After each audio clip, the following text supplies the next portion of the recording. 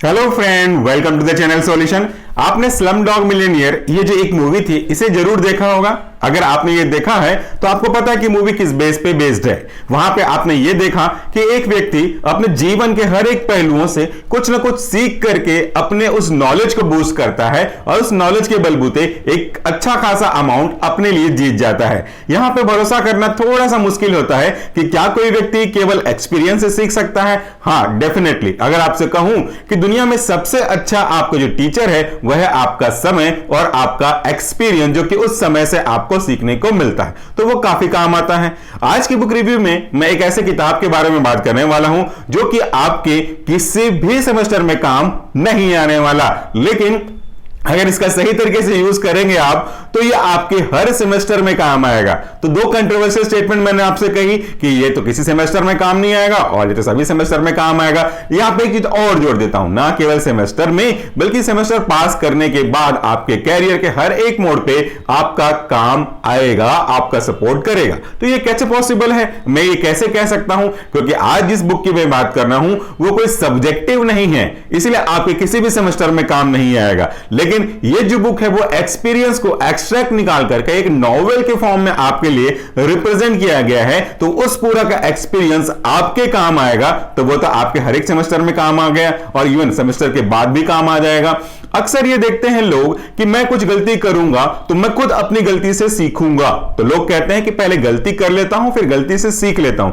ठीक है, ये बात भी अच्छी है, इसमें कोई प्रॉब्लम नहीं है, लेकिन क्या सीखने के लिए हर बार आपको अपनी ही गलती पे डिपेंड होना पड़ेगा? ये तो सही बात नहीं है ना। ऐसे में तो फिर आपको बहुत समय लगेगा। हमें हमेशा दूसरों की गलती से और दूसरों के कुछ अच्छे जो मोटिवेशनल स्टेप्स होते हैं जिन्होंने लिया हुआ है ये चीज को, उससे हमको सीखना चाहिए। तो आज मेरे हाथ में किताब देख रहे हैं, यह है learning from experience memories of an individual pharmacist written by Manohar A Poddar, published by Pharmamed press. देखिए, ये एक ऐसी किताब है जिसमें पूरी तरह से जो इनका इंडिविजुअल एक्सपीरियंस है, उन्होंने अपने एक्सपीरियंस को एक फ्लोइंग मैनर में, एक नॉवेल के फॉर्म में, एक उपन्यास के रूप में आपके लिए दिखाने की कोशिश करी है। यहां पे कोई बुक मार्क नहीं है, क्योंकि आप लाइफ के एक्सपीरियंस को किसी को ज्यादा, किसी को कम, किसी को इंपॉर्टेंट, किसी को लेस इंपॉर्टेंट ऐसा क्लासिफाई नहीं कर सकते और ना ही करना चाहिए। जीवन के हर एक मोड़ पे आपसे कुछ ना कुछ गलतियां होती हैं। अगर आप इन गलतियों से सबक सीखते हैं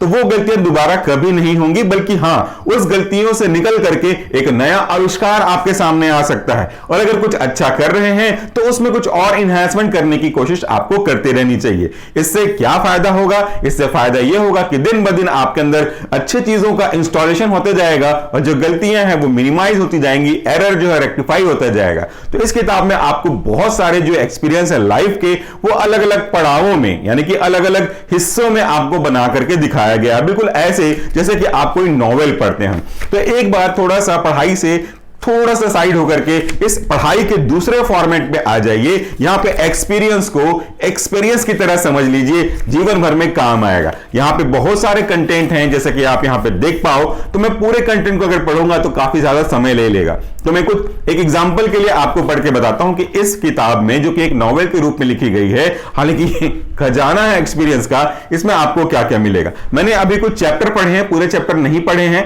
इसलिए मैं आपको अभी स्पेसिफिक अपना एक्सपीरियंस बताने के लिए आया हूं। हालांकि बहुत ही अच्छा जितना मैंने एक्सपीरियंस लिया हुआ है, आगे के टॉपिक पढ़ूंगा और अगर कुछ और चीजें मुझे अच्छी लगती हैं तो डेफिनेटली इसका मैं एक और रिवाइज वर्जन आपके लिए लेकर के आऊंगा। तो देखिए, इन्होंने जो राइटर हैं, इन्होंने अपनी बात को किस तरीके से रखी है, उनके रेस्पेक्ट में आप देखिएगा जरा, उनके सेंस में, उनके परिप्रेक्ष्य में जरा देखिएगा। How I landed into pharmacy, मैं फार्मेसी में कैसे आया, ये अपना एक्सपीरियंस शेयर कर रहे हैं। हर एक का अपना अपना एक्सपीरियंस है।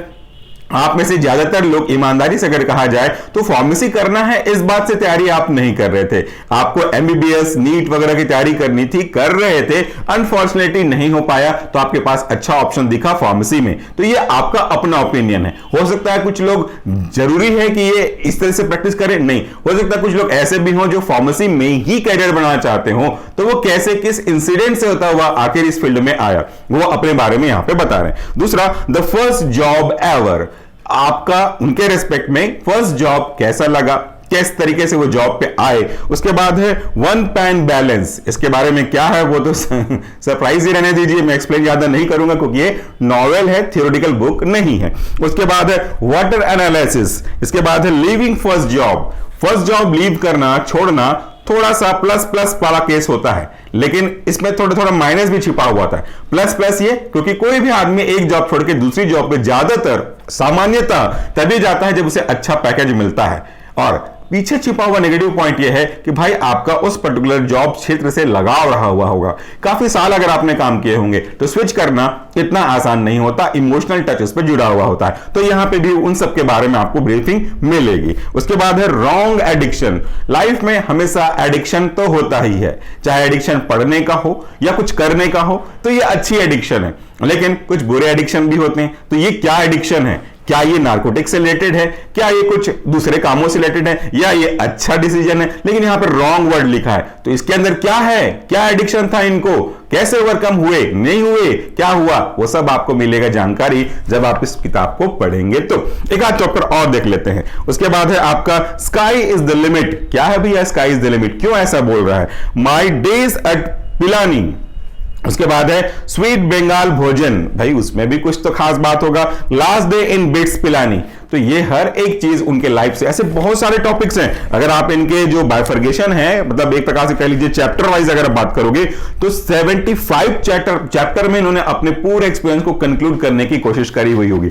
तो भाई पूरी लाइफ एक खुली किताब की तरह है, ये आपके लिए बहुत ज्यादा बेनिफिट होगा, इवन मेरे लिए भी, और मेरे जैसे और भी टीचर्स हैं जो अभी अपने फील्ड में हैं। एक्सपीरियंस तो हमको उतना नहीं होगा ना जितना इन राइटर को है, तो इससे आपको सीखने को मिलेगा। इससे ये फायदा होगा कि आप कैसे बेस्ट ऑफ बेस्ट निकाल सकते हैं और कैसे आप अपनी गलतियों को मिनिमाइज करके धीरे धीरे अप टू इक्वल टू तो नहीं बोल सकता, अप टू 0 पे लेकर के आ सकते हैं। तो ये किताब आपके लिए काफी यूजफुल है। नॉवेल पढ़ने के शौकीन हैं तो एक बार इसको ट्राई कर सकते हैं। This is very very good. अगर पॉसिबल हुआ, मैंने अभी तक चेक नहीं किया है, बट अगर पॉसिबल हुआ, क्योंकि इसको मुझे किसी दूसरे सोर्स से मिला हुआ है, अगर पॉसिबल हुआ तो इसी वीडियो के डिस्क्रिप्शन बॉक्स में इसका परचेसिंग लिंक मैं आपके लिए डाल दूंगा।